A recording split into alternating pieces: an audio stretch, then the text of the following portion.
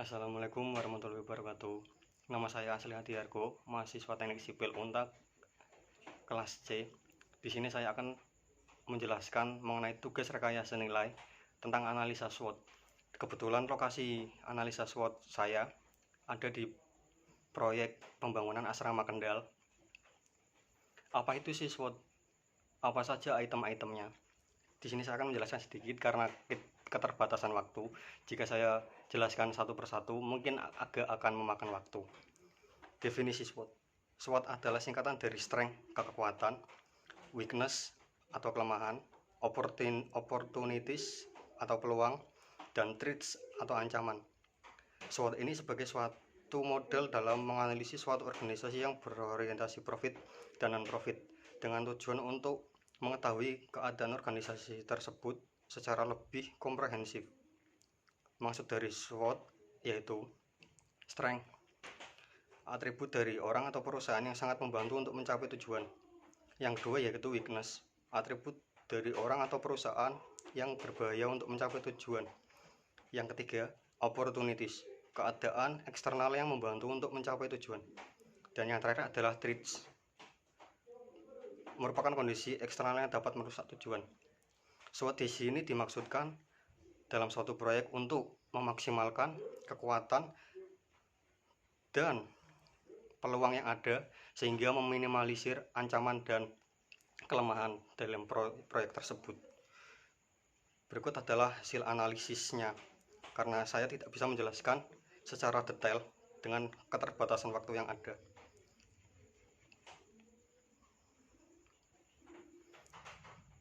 Dari analisis SWOT yang saya lakukan bersama teman saya M. Sudi Asyari di lokasi proyek Asrama Man Kendal, didapatkan kekuatan atau strength. Poin pertama, latar alokasi berdekatan dengan gedung yang bagian lain, memiliki aksesibilitas keluar masuk kendaraan yang baik, memiliki fasilitas tempat parkir kendaraan yang baik dan rapi, memiliki fasilitas lebih memadai dibandingkan gedung yang lama, dan yang terakhir, kenyamanannya pasti lebih baik. Yang poin kedua, kelemahan atau weakness. Ruang atau space antar bangunan gedung kantor suatu dengan gedung bagian lain semakin sempit karena penambahan satu ruangan baru.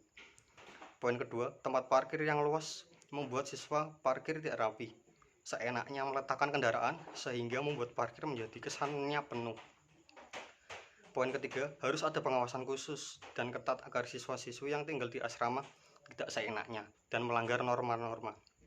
Masalah kebersihan lingkungan di asrama juga menjadi salah satu poin yang perlu diperhatikan. Poin yang ketiga yaitu peluang atau opportunities. Dukungan atau izin pimpinan tertinggi untuk membangun gedung asrama baru. Kita didukung penuh untuk membuat asrama baru ini. Yang kedua, semakin mudah akses kendaraan keluar masuk gedung tersebut akan membuat tamu-tamu yang datang semakin senang dan tidak kerepotan jika ada pertemuan atau sekedar mengunjungi putra-putrinya tinggal di asrama. Yang ketiga, semakin menarik perhatian siswa dan orang tua siswa yang ingin belajar di Man Kendal. Tempat parkir yang luas memudahkan tamu-tamu dan orang tua siswa untuk memarkirkan kendaraannya. Yang poin terakhir yaitu ancaman, threats. Peraturan pembebasan lahan itu agak sulit. Yang kedua, ada peraturan baru yang dilakukan perluasan gedung atau penambahan gedung baru tersebut sehingga lalu lintas akses jalan semakin ramai.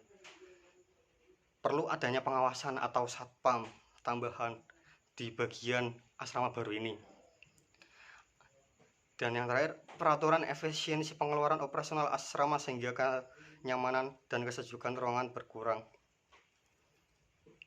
Berikut adalah hasil analisis SWOT yang kami lakukan di proyek pembangunan gedung asrama Man Kendal. Selebihnya akan disampaikan oleh Mas Sudi Asyari mengenai analisis tentang life cycle cost-nya. Sekian, terima kasih.